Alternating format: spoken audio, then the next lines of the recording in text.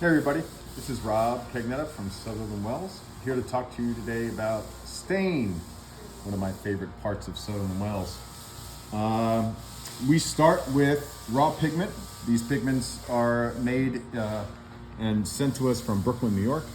These are high quality interior pigments, so their UV stability isn't as strong as some of the exterior ones, but they have really excellent penetration and color fast.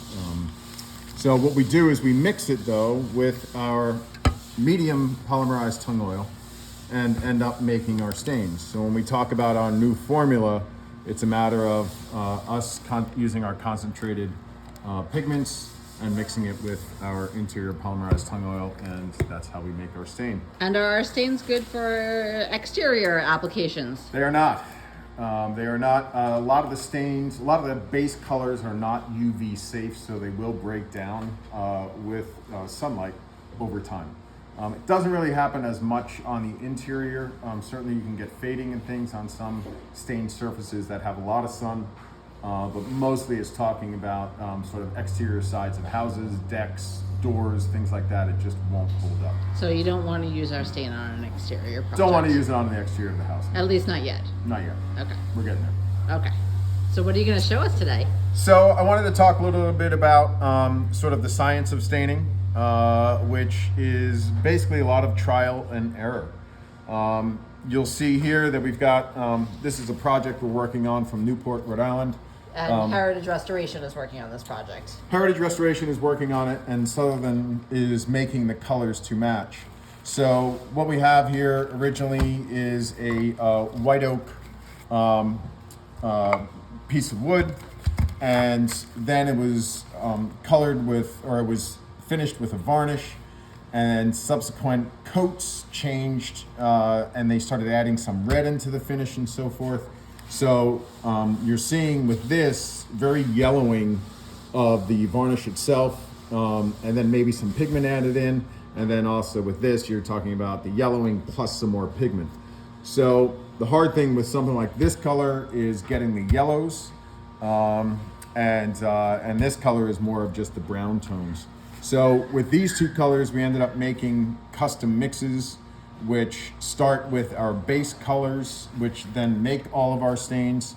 But this one was derived from probably 5 different colors in order for us to make it. And is that a service that we do at Sutherland Wells? Can we we do. custom mix stains? So people can send us their wood samples, and then we'll send back to you the colors that we believe can mimic the finish that you have there. But with any stain, it's all about being able to sort of manipulate the color as you're applying it, and then also manipulating it by adding more color on top of it. Sometimes, you know, I'll do like a brown base and then a reddish color on top in order to get this.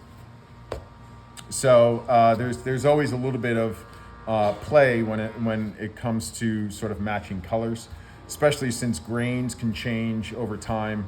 I mean, not the grains change piece to piece, and then the colors change over time. So you're sort of trying to match things that are a combination of aging and the wood itself, that you might not get a perfect match. But we take that into consideration when we're mixing our stains. We'll end up making it so the stains will account for some of the yellowing that happens over time, as well as the difference of the wood. Because certainly when we're dealing with sort of just a white oak and a white oak, these things have changed a little bit over time. The wood might have yellowed a little bit, so that's actually going to change sort of the base color that the wood is. So by the time we start adding our color on top, this hasn't happened yet. The yellowing hasn't happened. There are ways that we can artificially accelerate that with our oxidizer, but in this case, we're just kind of choosing to do it just with color itself. So these colors are some of our standard colors here, like I said, but it's also mixing it with some base colors that aren't principal to a lot of these colors, like yellow. We have yellows, we have reds, we have blues, we have other base colors that kind of help us enhance color. So we can take something that's reddish and turn it more yellow, or we can take something that's brownish and turn it a little more bronzy colored. So there's lots of things that we can do with those other base colors, be it the yellows, the blues, and things like that. Okay, and so this is a sample of all of our colors right now. The This is all light's the not colors great we in have. here, so if anybody's looking for the actual colors, you should go to our website where they are color matched to these samples, and you can get a really accurate color idea of the color of our stains. So, and to give you a little sense, this is our dark heart pine right here. And whenever we make our stains, we always make a little can of it. So we end up having a reference as to what we send people. So we know we put on the bottom here the same identifier that is put at the bottom of the can. So we know that this is from the same lot. So I'm just going to use some of this stuff to kind of show you some of the variations in color. A lot of times I'm just going to see just based on what's on the lid, right, of what the color is. I'm also going to stir it because you can even see in there, you see how there's a little residue right there? Yep. That residue is pigment, and some of it's just undissolved pigment. And these are such a high concentration that there are times that we'll have undissolved pigment at the bottom. And so why this super concentrated stain? Super concentrated because it's hard to get darker. The only way to get darker is by putting on more coats. So we figure that if we start off with a very rich dark color, you could always go lighter by adding some of our finish.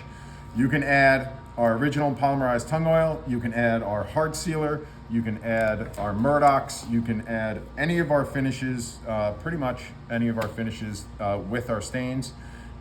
So it can be sort of the first step in your finishing process.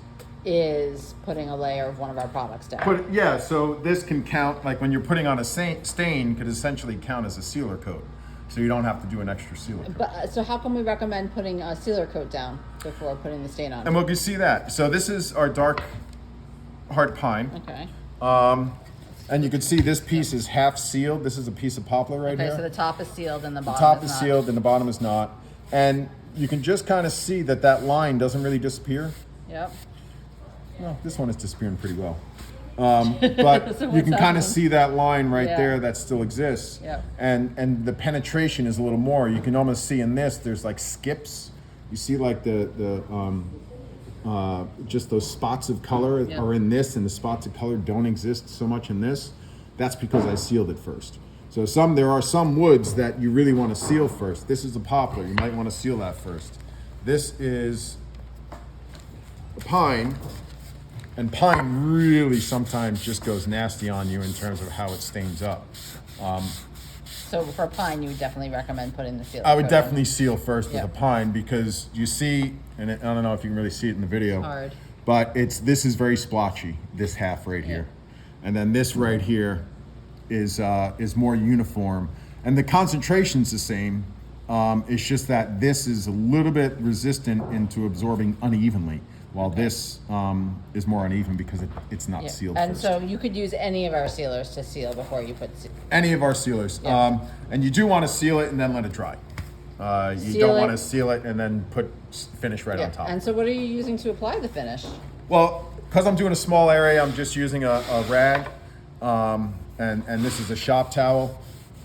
This is quarter sawn red oak, really, really pretty stuff. And that is the same as sort of this stuff here. Obviously different color, but you can see that I'm not having the same jumpiness to the grain. And honestly, sometimes some woods you're gonna have a real jump in the grain like we did here with the pine. And other times you're not gonna have it. So you just really wanna do samples to make sure you're happy with the way the color absorbs. But you could just see on these two different pieces of wood, red oak, a white pine, that your color is a lot different. This is a lot more orange, this is a little more brown.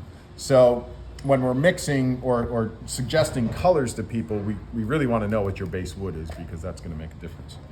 And so one of the things that we rolled out that we should talk about is a stain sample kit, Right. where we have 12 4-ounce cans of each of our stains. You can buy These them, cans. you can buy each stain in 4 ounces and in quarts as well. And we will custom make gallons for people as well. But why the stain kit? Why did that feel important to you? Well, if you were to pan around here, you would see that I love to play with color. I'll pan around so people can see all the It's color. always here. Oh, well. Yeah, here. So this here, this is me playing, right? So this is me mixing our colors together to get a whole variation of ranges of colors, different types of woods, southern yellow pines. We have oaks right here. So all these guys are going to stain a little different. So I really like to play. I really like to know how I can manipulate color.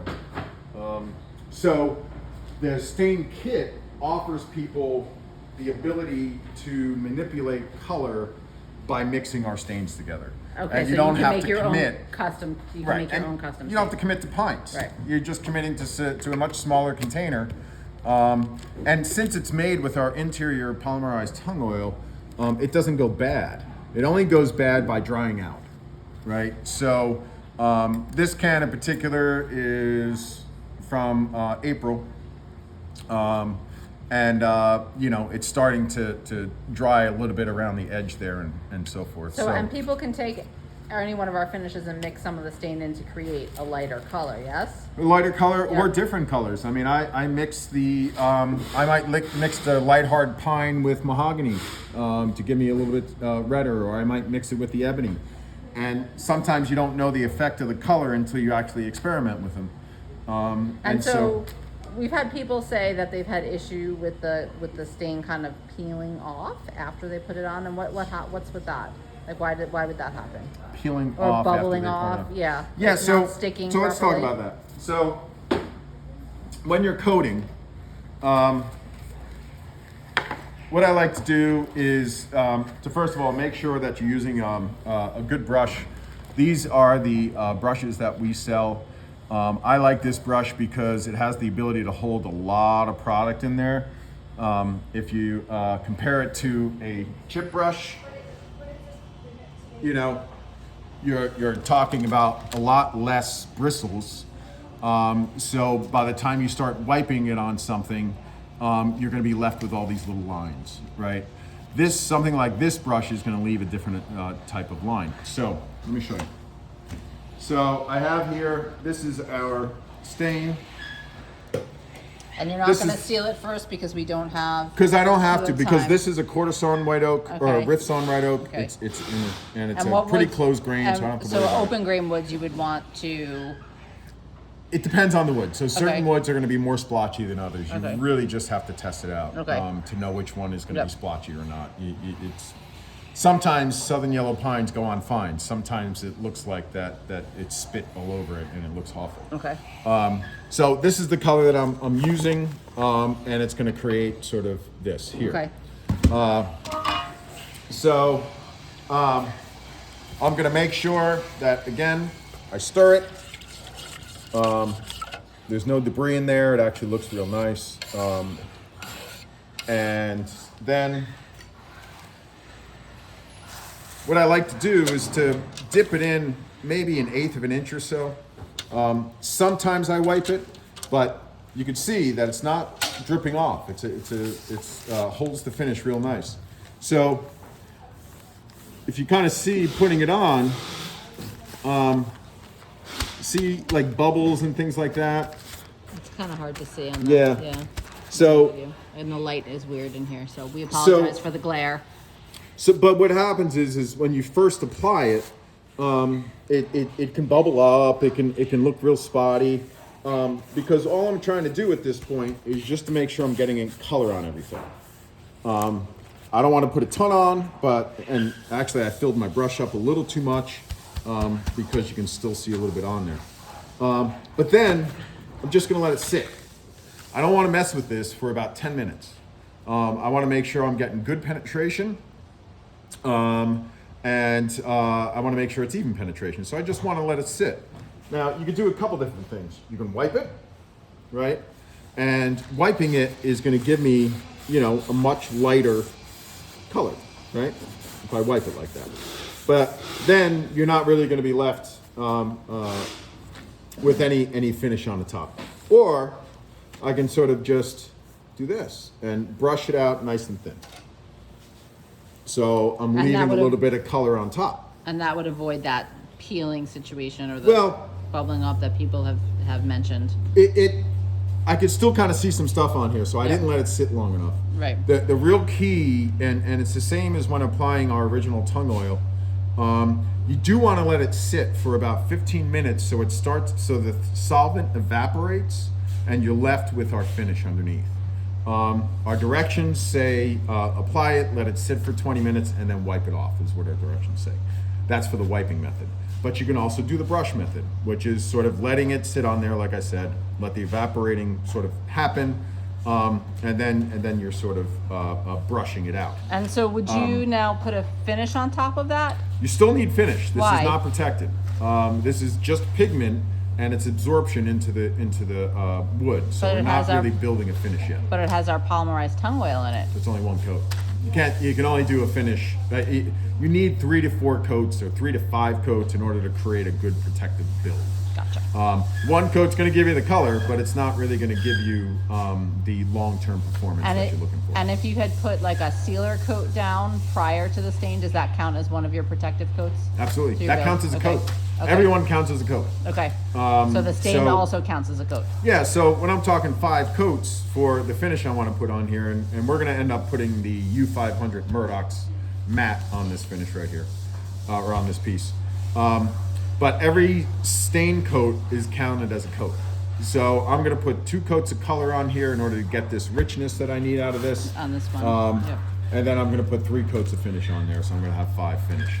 They're not going to be dancing on this because it's trim, but you're still going to want to have some decent protection just from hands and everything else that kind of goes on this stuff.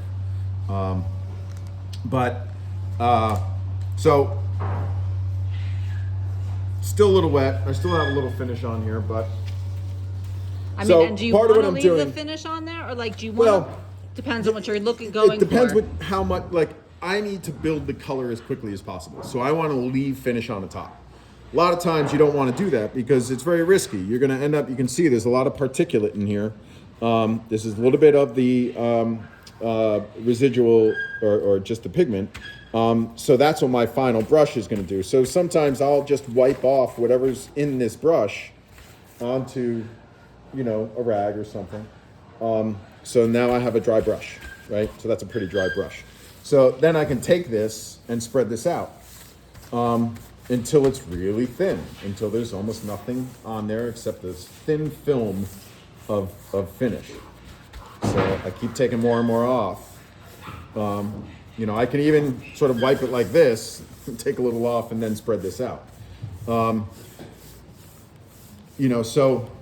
then I guess people having issues with stain, because the key is you can't have it on thick. A stain is not a coat, it's a stain.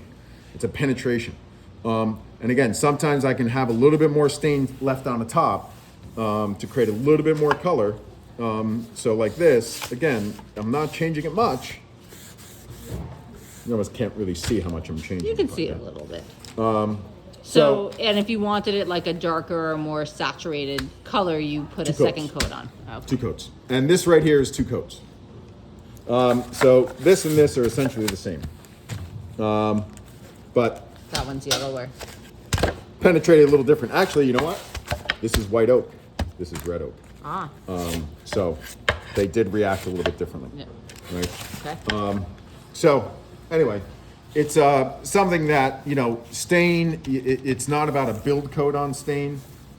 So I think if you're getting any issues with stain, and as you're applying it, let's say for some reason the wood is off gassing or something, and there's something kind of coming through the finish, you can wipe this, so you're not leaving anything on the top. And then your successive coats are your protective coats on top. But I'm just choosing again I want to have a lot of build on this, so I'm going to want to leave some a bit of color on top. But if it's a piece of furniture, you might want it to have a little less particulates or something like that. So you buff it out. So that's kind of staining. I mean, and it changes depending on the pieces you're working on. So this one is white oak. This is white oak. This is a Baltic birch. Half of it is sealed. Again, the color looks about the same. I'm gonna come around some a little closer. Maybe we can see it a little bit better. So this is a nice amount of finish. You see how like I'm running out of color? That's good, because I wanted a pretty dry brush. This light makes it look not so good. Just everybody watching, these lights are not good. Well, this is a good example, right? So this was half sealed. More glare. So this actually is a great piece. Can you hold it up, because it's like So- there, that now you can see. So This looks awful. so this was the area that was sealed first, and this was the area that wasn't sealed. Yeah. So if you look at this, it's two different colors. I mean, it's Yeah. radical how different it is. So, you know, there are times that when I'm doing samples for people, I'm like, well, it doesn't look good if I'm putting raw color on. I need to seal it first, and this is why I seal first, because this is clearly. I mean, this looks beautiful. You can even see. Hold it up more, because there's a glare. Okay, there we go. You can even see a little bit of the bird's eye that's in here, you know, which is wiping it off a little early, but And then this is all splotchy and uneven on this side. yeah. So those little dots in there is like sort of those bird's eye, Can't see with the glare. but it's clearly a big difference in terms of its absorption. So, you know, but this guy, you know, this piece of oak here looks a lot better. It doesn't look splotchy like this guy does, you know, and the color's different. The color's very different. Okay, so here the deal is, everybody. Rob loves to talk about stain and color, and so if you have any stain or color questions, you know who to call. Mara, no. You know who to call to talk to about stain, and if you need custom colors made, give us a call. Thanks. Thanks.